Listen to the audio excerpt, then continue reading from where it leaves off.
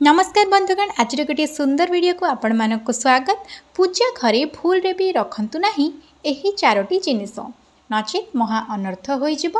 Video को गोटे like कर दियंतु एवं शेष जाए देखंतु, भल लगे सब्सक्राइब कर देबे।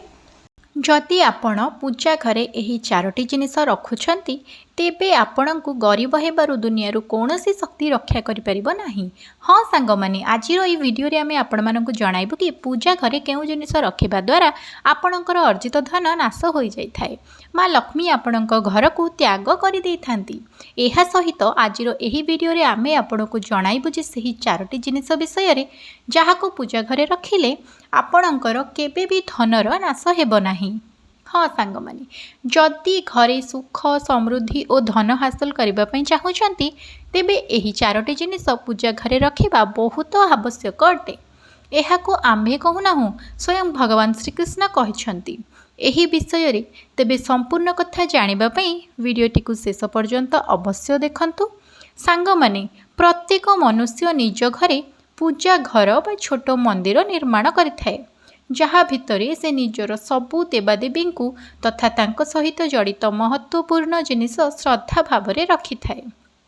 किंतु आपण कौन जानिछंती कि शास्त्र रे पूजा घरे किछि जिनिसर रखिबा जेतिकी फलदायी होइथाए, सेही भली आउ किछि जिनिस पूजा घरे रखिबा द्वारा आपणकर अमंगल एवं अशुभ होइथाए।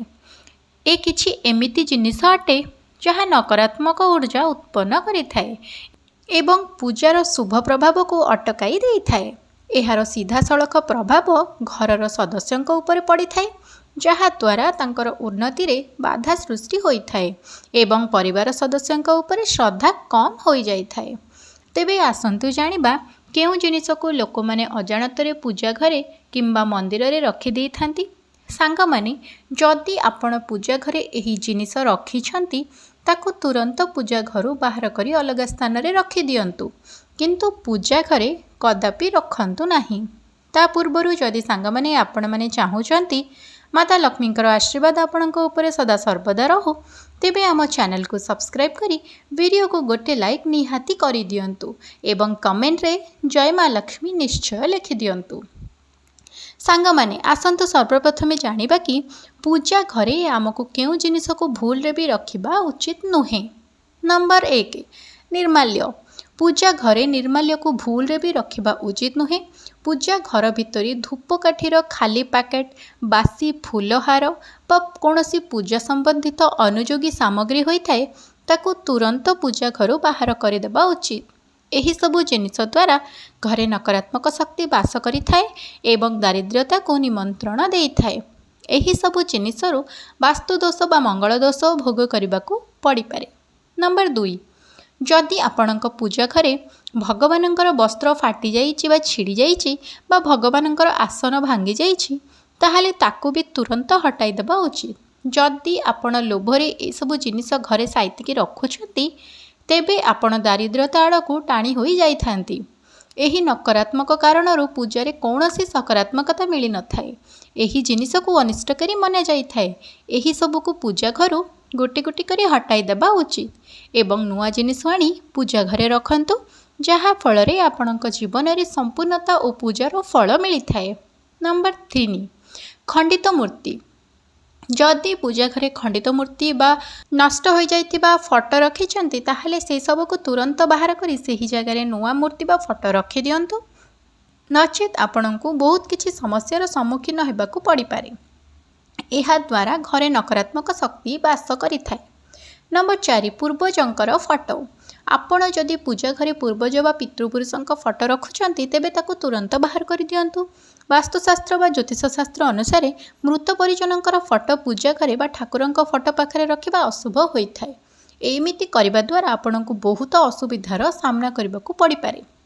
सांग माने, आसंतु जानिबा पूजा घरे केउ केउ जिनिस रखिबा आवश्यक होइथाए।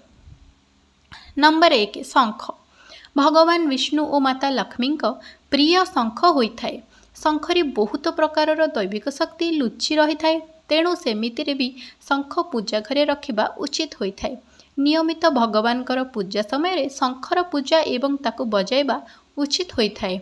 शंख बजाइबा द्वारा घरे नकारात्मकता दूर हो सकारात्मकता व्यापी थाए एवं शंखर एते क्षमता थाए जे यह माता लक्ष्मी को घर को आसवाई बाध्य कर दे थाए। सेथिपई आपण समस्ते नियमपूर्वक शंखर पूजा करी एहाकु पूजा घर स्थापन करंतु। नंबर 2 गंगा जल। हिंदू धर्म रे अग्नि एवं गंगा जलर विशेष महत्व रही। जीवन में प्रत्येक संस्कार रे गंगा जलर प्रयोग करा जाय थाए। गंगा जल केबे भी खराब हुए नहीं। गंगा जल अमृत समान होता है। तेणु पूजा घरे गंगा जल रखा अत्यंत आवश्यक होता है। प्रतिदिन पूजा समय गंगा जलर प्रयोग करने उचित। पूजा घरे केबे भी गंगा जल शेष होगा दिंतु नहीं। गंगा जल पूजा घरे रखा द्वारा माता लक्ष्मी प्रसन्न होती। नंबर 3 शालग्राम। शालग्राम भगवान को पूजा घरे निश्चित भाव रखंतु एवं पूजा घरे रखा उचित मध्य एवं तांको प्रतिदिन तुलसी मिश्रित जल चढ़ाई स्नान करने उचित। एमिति करने द्वारा भगवान विष्णुंकर समस्त अवतारर आशीर्वाद प्राप्त होता है। धार्मिक मान्यता अनुसार जो घरे शालग्राम पूजा होता है से घर को दारिद्र्यता केबे आसी न थाए और माता लक्ष्मींकर आशीर्वाद आपणक उपरे सबुबेले रही थाए। नंबर 4 स्वस्तिक चिन्ह। पूजा घरे स्वस्तिक निश्चित रहिबा उचित कारण स्वस्तिक आपणकर घरर सुख समृद्धि सौभाग्य एवं शुभतार प्रतीक बोली मना जाय थाए। एहार मुख्य कारण अटे कि कौनसी भी शुभ कार्य आरंभ करने पूर्व स्वस्तिक चिन्ह निश्चित भाव में तैयारी करा जाय थाए। नंबर 5 तुलसी पत्र। आमर धार्मिक पुराण अनुसार तुलसी पत्र को पवित्र बोली मना जाय थाए।